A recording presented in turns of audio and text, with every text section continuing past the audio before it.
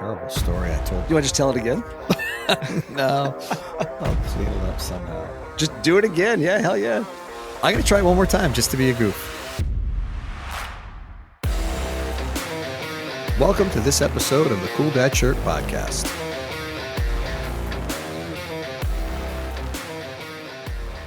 I'm trying to decide if I can pull off a flat-brimmed hat. Oh, You do it with great coolness, and I have one here that I got, some merch. This episode of the Cool Dad Shirt Podcast is brought to you by Novo Guitars, handcrafted in Nashville, Tennessee. So I got some merch, and it's kind of flat. The jury's out on this one. I'm going to see how this one goes.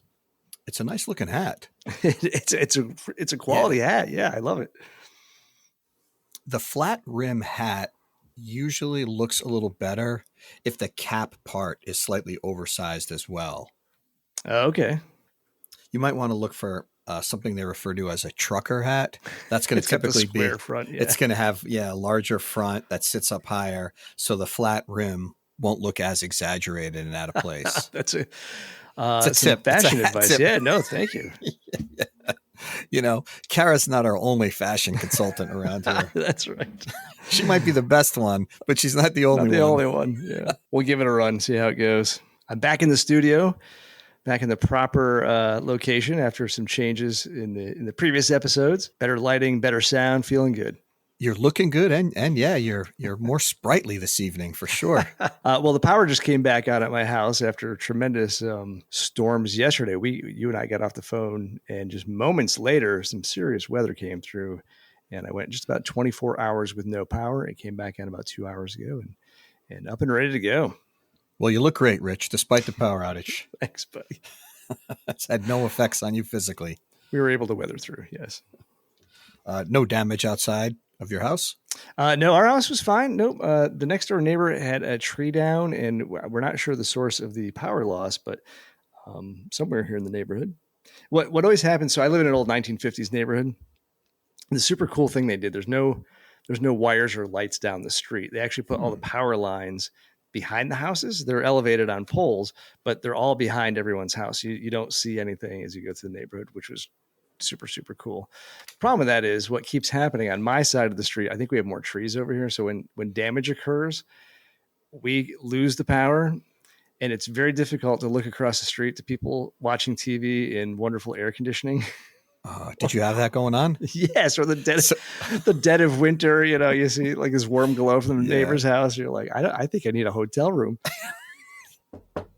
Hey, Jay, can I plug my extension cord in? Yeah, it kind of gets weird like that. And it's tough to be looking at people enjoying the modern comforts of life when you're struggling on this side of the street. But all's well. We're back. It's 90 degrees outside, and Mike Wiseman's inside with the sweatshirt on because his AC is so cold. dreaming about pond hockey. Eating a bowl of Breyer's vanilla ice cream. Yes. Under a quilt. This is fantastic. So what do you got? I know you've been hard at work. We will start with one of my favorite lyrics, a line from a song that it's not the best. There's so much I love about music. There are so many well-crafted songs. I'm going to give you an example of a very silly one that is a song is just funny, and I laugh every time this line comes up. It never gets old. So I'm gonna set it up. The band is Cake, and the song is Short Skirt Long Jacket. And in the song, he's describing his ideal woman. You know the song, right? There are so many great gems in that song. I can't wait to hear it. There are many gems. So just to set it up, if you're not familiar with the song, I'm going to read one verse and he's describing his ideal woman. And then we're going to lead right into one of my all-time favorite silly lines.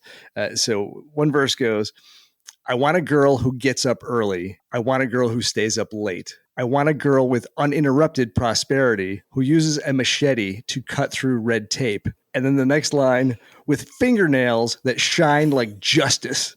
Dude, it kills me.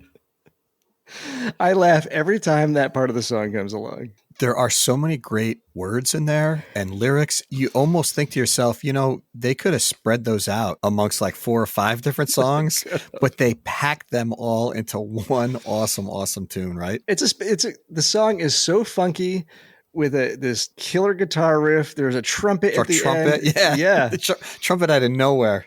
out of nowhere. And it's Cake is one of those sleeper bands that you kind of forget how great they really are. That's such a great tune. Maybe in a follow-up episode, we'll get into some more great lyrics that I've come to enjoy. But I thought that silly one was fun to jump into. You got anything like that? I did put a quote in my high school yearbook when I graduated, and it was actually from Frank Zappa. Oh, It's nice. a long one. Information is not knowledge. Knowledge is not wisdom. Wisdom is not truth. Truth is not beauty. Beauty is not love. Love is not music. Music is the best. Wow. Yeah. Spoken like a true musician, but there's a great philosophical point there, isn't there? Yeah, there is. But as soon as you said Cake, I knew it had to be that song. Yes. Well, we'll dive into something deeper another time, but tonight, just silliness. Depth is not necessary. That's a great one. The shallower, the better. Have you listened to the show before? Jeez. There's no prep. It's all low-hanging fruit. And yet you keep coming back to listen, don't you, listeners? Thanks again. Seriously. You want something deep? Go listen to Freakonomics or something. We're barely scratching the surface on anything over here. That's right. Well, it's an election year. You should come hang out with us. Yeah, turn your brain off and just hang out with the Cool Dad Shirt podcast. Well, I can shift gears a little bit here, and we will get a little bit more serious and meaningful. In the past couple of weeks, I've had a couple touching experiences. Sadly, one of my uncles passed away, and I traveled back to my hometown of Binghamton for the services there.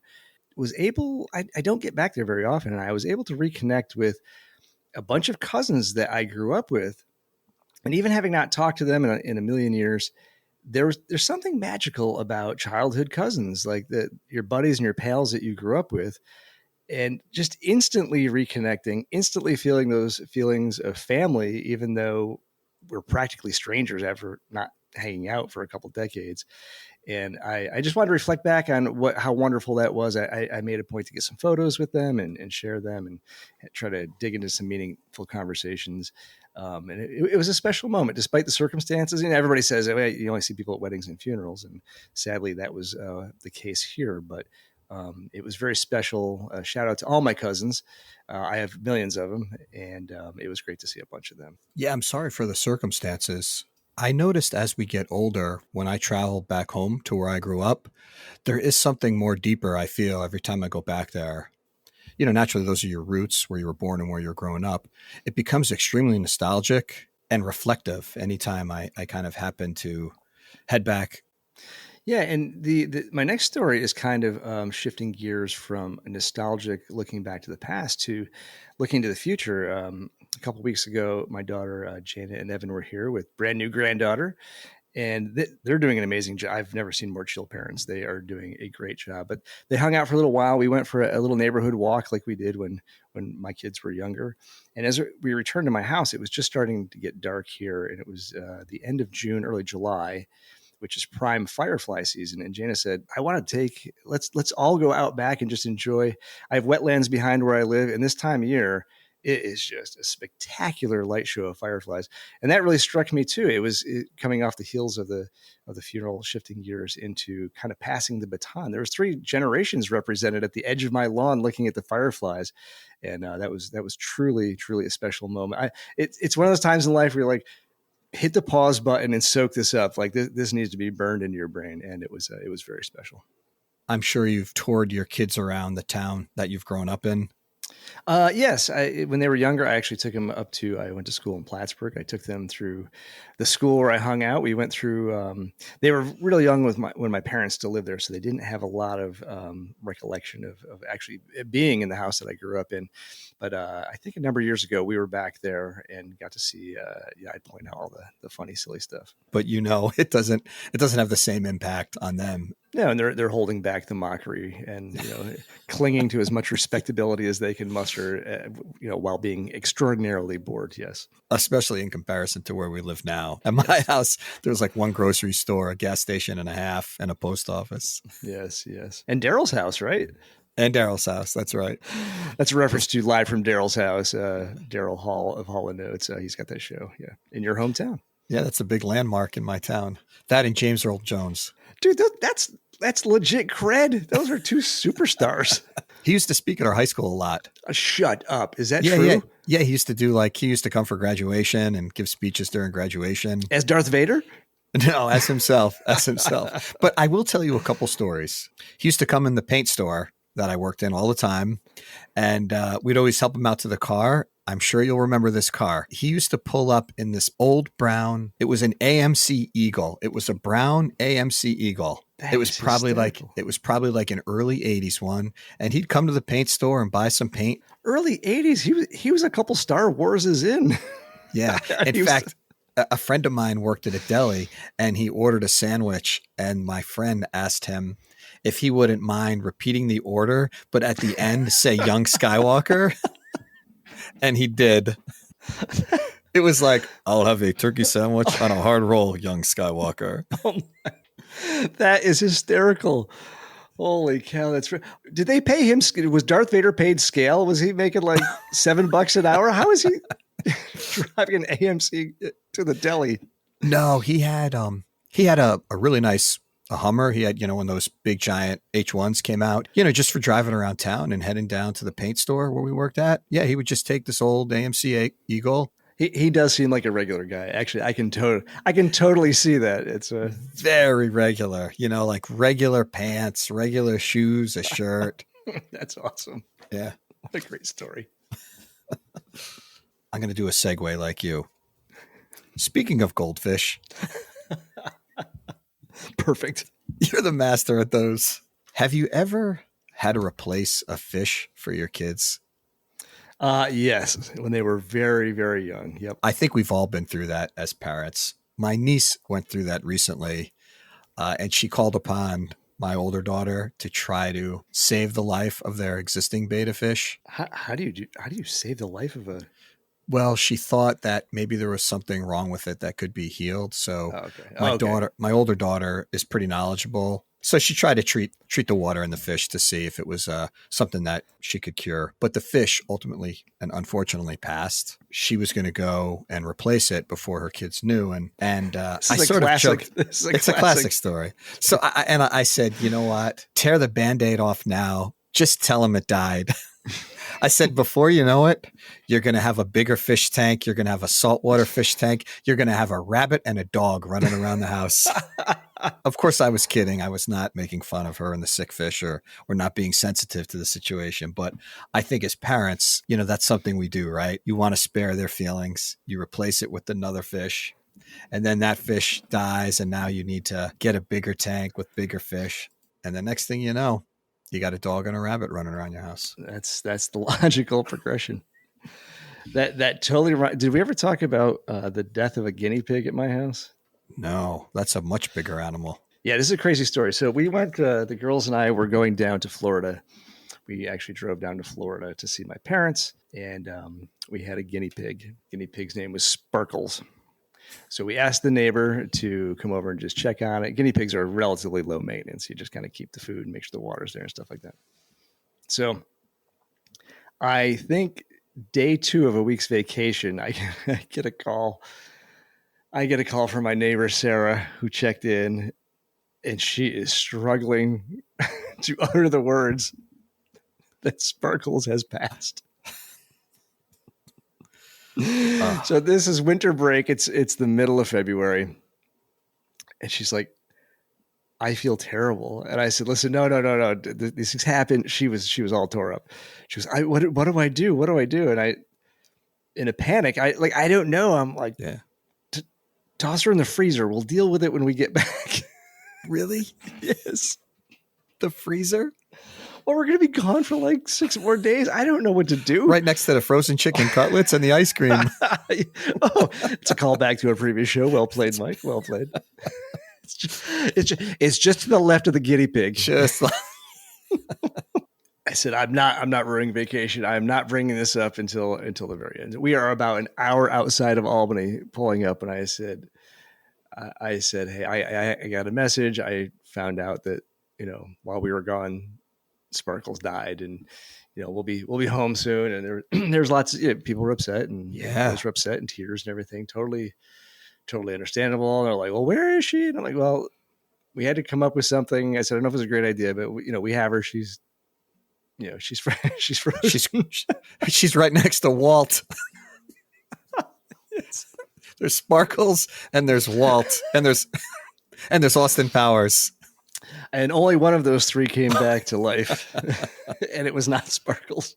Oh no! So anyway, we get home. It's a big traumatic thing, and at this point, despite being winter, we had like a relatively warm week this week. And I said, "Well, we're going to bury her. We'll do it right." And I think that's part of the grieving process and the normal thing that parents do, to go bury a pet. It's still at your house and so on. So I go out there. I'm like, I don't think the ground is frozen. We've had a warm stretch here. So I just go out and start digging a hole and digging a hole and digging a hole. So I said, all right, well, it's time to let's go do this. So we come back in. So you've seen guinea pigs. They're these little balls of fluff, Well, turns out like when they die and they're not all balled up, they're actually much longer. They're more oblong. The hole I dug was not appropriately sized for an oblong object.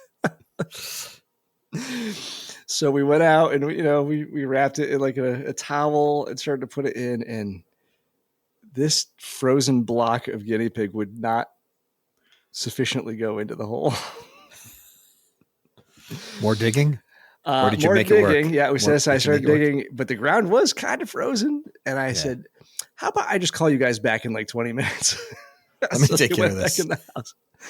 I go in, I boil a giant pot of water. I go out there, I'm like pouring boiling water to try to just loosen up the dirt. I finally dig the hole big enough. We go back out, say some nice words, put it in and bury it. And that was a very long and traumatic pet story. 2 days later, the neighbor's dog's running by with Sparkles in his jaw. So, yeah, these are the rites of passage for young people and parents alike. I think so. You could have replaced it, but I think you did the right thing. Guinea pigs have a little bit more personality and style than your average betta fish. And also, I don't know how to run interference for 2 days while I have to go replace it. So that was not an option at this time. So like you said, you just got to pull the Band-Aid off and head it, deal with it head on. Did you get another pet after that? I think that was the end of, I think that was pretty much was it the end of the pets? Yeah, I think that was the end of the pets. Yeah. We had a saltwater tank. We had a fair amount of nice fish in there, and we got one fish one day, and we were acclimating it to the water, and the thing was ready to go based on the recommendations and the guidance of the saltwater fish expert. Mm-hmm. The fish that we currently had would get along quite nicely with this fish that we purchased. And as we introduced the fish into the water, within 2 seconds, another fish attacked it and killed it right in front of my daughter's eyes. Instantly. It was extremely traumatic. After trying to console my daughter and calm her down, my mother also called to yell at me for doing that to my daughter. That was multiple. Wow, that was a tough day for you, wasn't it? We still talk about it today. I think she called the fish Pinky. And died a horrible, violent, instantaneous death. Massacre. So I think that concludes the pet segment. Hey, I mentioned ice cream before. What's your favorite flavor? I'm glad you asked, Mike. I think, unlike a lot of other things, I like stuff in my ice cream, whether it's chocolate chunks or cookie dough or cookies and stuff like that. So I'm sort of in the vanilla base cream. Throw some toffee, chocolate chunks in there. That makes me happy. Vanilla is the base, and then you accessorize. Yeah. So I love chocolate, but I like real chocolate, not chocolate flavored ice cream, chocolate flavored drinks. I'm not a fan of those. I like actual dark chocolate. So I'm just glad to hear that you eat ice cream. I was afraid you were going to tell me. Well, you don't really eat that because that is. I have dialed that down, but Kelsey and I still walk to Stewart's occasionally. Yeah, you have to. It's summertime. We got to do that. So Stewart's got good ice cream and a very reasonable price. I remember living up there. I'm embarrassed to say I used to stop at Stewart's a lot for a Sunday. Year round. Institution, yeah. It wasn't just June, July, and August. I mean, November, January, I'd hit that store up. Listen, they've cracked the code. They have amazing products, gas station, convenience, all of that stuff. Yep. Yeah. I would never eat ice cream from a mobile station, but Stewart's, hell yeah. Good stuff. Speaking of cold things, I saw a picture on the internet about the 1980s Yeti. and it was basically a can of soda wrapped in aluminum foil. Do you remember doing that as a kid? Yes. I was looking back on it, and I thought, why did we really think that kept our soda cold, for 5 hours before we made it to lunch? Aluminum is an amazing conductor, which will transfer any temperature, cold or warm, instantly through it. When that's sitting in your hot backpack in the closet of your third grade classroom, I don't think it's generating Nope. a lot of chilled air back there. Nope. It's not even reflecting warm particles. No. It's room temperature by the time you get to lunch. It may actually be accelerating the conduction of the temperature right out of the can. Yeah. Did you have kids in your grade that always had like awesome lunches? Yes, of course. I remember me and most of my friends had a pretty simple lunch, peanut butter and jelly sandwich. Maybe it was something else once in a while and a snack. But I remember there was a couple kids. They used to come with like deluxe sandwiches, all sorts of incredible like Drake's cake snacks, a thermos full of something delicious, a soup. I didn't even know where they were buying the containers to put all this good stuff in. It was a full-blown 4 or 5 course lunch with a dessert and 1 or 2 delicious beverages. Yeah, same here. I mean, I grew up a very blue collar. It was whatever store brand bologna was on sale, the most unhealthy white bread that you could possibly consume with, maybe a little mayo or mustard on it or something, and chips that were poured into a plastic bag or something. It was just, Yeah. My daughter, she'll pack a salad in one container, grilled chicken in another. She'll slice up avocado, pour her dressing into a third container, a couple ice packs, some sort of beverage. It's like almost a small catering container that she's bringing to school.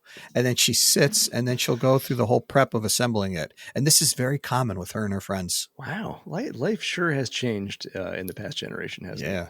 I'm barely bringing a peanut butter and jelly sandwich to work for myself nowadays. I had a note on here. I was going to ask you if you think you would swear more on this podcast if you knew your mom wasn't listening. That is that's but it's here. I try. I don't swear an awful lot, so I'm usually pretty good. I'm going to say no. Actually, I don't think I would swear anymore if I my don't mom, think I would who's either. one of our biggest fans, yes. But it is funny to think about. No, that's a very funny. Right. Listen, we keep it pretty classy here. We try to be funny without being profane. So yeah, we do. I just found page 3 of my notes, and I'm all excited because I got a couple more great things here. Lay it on. This is something you know nothing about, but feel free to comment. Why would that stop me? Please. I'm going to talk about an Entenmann's crumb cake. I know you don't know how delicious they are. I had a previous life. I do know that. Turning 50, you kind of point the ship in a new direction. But yes, I'm aware. When you time it right and hit that grocery store and get the freshest Entenmann's crumb cake, it's like you're eating a little slice of a fluffy cloud from heaven. It is magical. I've never gone to the grocery store and just bought a cake by itself. But the other day, I went to have some coffee with my brother-in-law, and I was going to surprise him with the Entenmann's crumb cake. And I went and bought one. Do you have any idea how much those things go for? Okay, so it's like it's a box. What, about 8 inches long, 4 inches wide? Oh, do you have one handy? It's probably an 8x8 box. Oh, it's a square. Okay, no, Square, I'm with you. 8x8 all right, so what would one of those cost now? I'll take a stab. I am gonna say $12. Oh, wow. Rich. Jeez. You're shopping at that fancy price shopper that Market 20 in Latham too much. $20. I love Entenmann's crumb cake. I said 12. I said 12. Oh, 12. Well, regardless, I love Entenmann's crumb cake. I would have left it for 12. It was definitely less than 12. Oh, okay. I was thinking $4.99 or something like that. I know that sounds really funny now and really cheap, but it was $8, and I was very surprised that it was $8. I was happy to pay it. I think it's a fair price, but in my mind, I just had that $4.99 number. We buy them a lot, but I never pay attention, so I was shocked by the $7.99. Well, I also thought, because you were asking me, that you were going to exclaim how ridiculous it was. So and things are very expensive these days. So I did round up a little bit, but if you were to go buy one now, you would think it's such a bargain. $8. You'd be like, oh, these are only $8. I should be buying these more often. I'm back on the cake, Mike. 50 schmifty. Get me another crumb cake. This is going to sound funny. This is another fashion question. I've been really wanting to get some new shoes for work, but I can't find anything that I like. I have a pair of black, shiny Doc Martens, and I have a pair of high gloss cherry boots, Doc Martens. I like wearing them. I love wearing them. They're comfortable. I like the way they look, but sometimes I feel like I'm working at a business office. I'm over 50. Maybe I should look or dress like I'm 50. Not that I want to, but sometimes I just think maybe I need to get like a more professional type of shoe at work. Screw that. No. It's that rock and roll edge of you. I can't find anything that I like. No. There's not one single thing anywhere that I can envision myself in. And again, this is no judgment to anybody else. I see the shoes that are out there and I can't picture myself in any of them. There's a weird crop of shoes out there. Yeah, for sure. Yeah. You know, the slip-on thing. I mean, first of all, everybody's doing the slip-on. I can't do a slip-on. I need a round toe and laces. I can't get past those two things. It's funny you say that. I thought I have round toes and laces that I wear.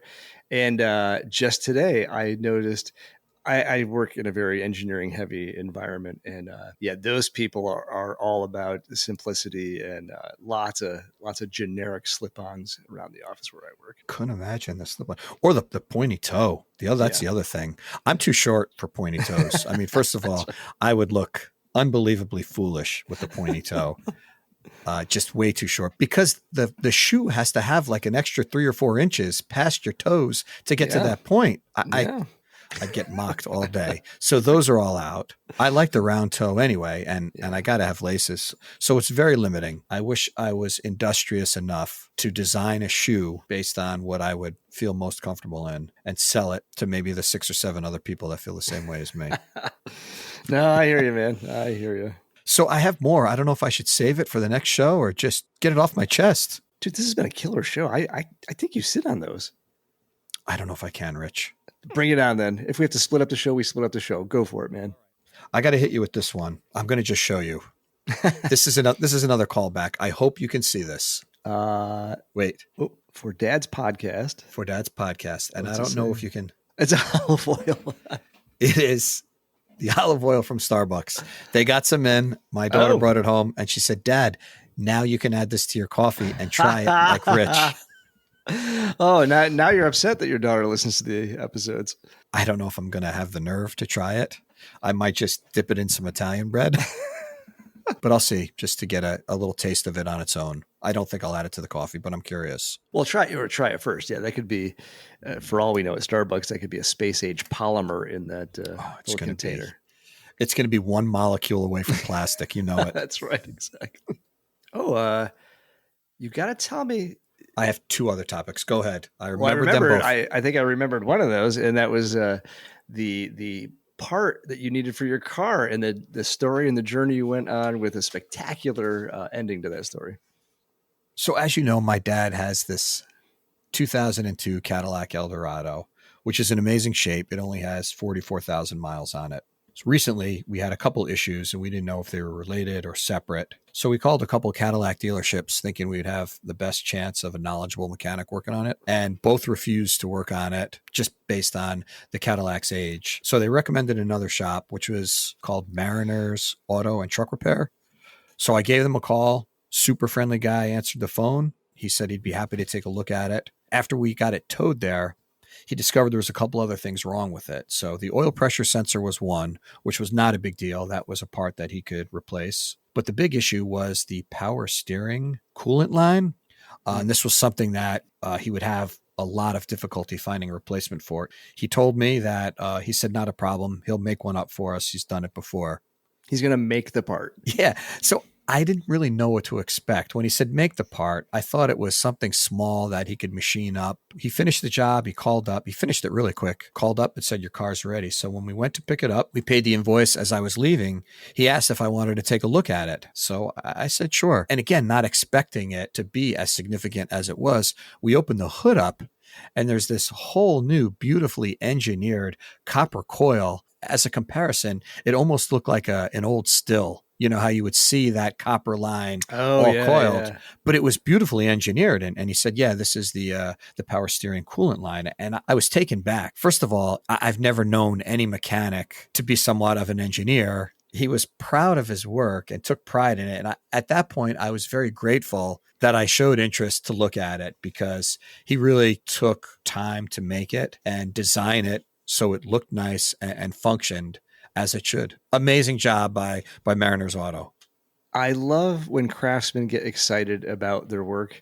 This guy does it all day long, but just to have that enthusiasm and couldn't wait to show you how great of a solution he came up with, and like I said, it just came out looking spectacular. It was a work of art. It was amazing. The last thing before we wrap this up, I guess I'll lead with, it's been an ongoing problem at my house. My wife walked into the kitchen and looked in the sink, and there was about 9 or 10 giant cups with the lids and the straws half filled with a variety of liquids that have been taken out of my kids' rooms and left around the house. Are you going through this? The oscillating inventory of silverware, plates, and cups is spectacular. It's startling when I can only find literally 4 forks in a drawer. Yes. Where would the rest be, Rich? Where would the rest be? Exactly. I eat, it goes in the dishwasher. That my side of this equation is very simple. Yes. Not only do they leave these tall, giant mugs on things on the way to the kitchen, I'll go into my bedroom and there'll be 1 or 2 on my nightstand. What's going on? Kids, I'll be working or something. Kids will be in our bedroom watching some TV or whatever, and then they'll just leave their drink cups right on my nightstand. They're everywhere. Well, and the thing is, and it never just trickles back into the inventory either. Yeah. And we joke that my daughter doesn't like to wash them, so she just keeps bringing home new ones. You're into surplus now, yes. So I think that does it, Rich. Yeah, another one for the books. I think another home run. I don't know how we keep doing it, but yeah, I mean, hit after hit. Yeah, we're gonna have to get arrested or something just to something to talk about. Jeez. Great show, Rich. Yes. That was a long anticipated pause. I didn't know if there was going to be more to that sentence. No, just my thank you. All right, dude, let's stick a fork in it. I think we're good. Catch you later.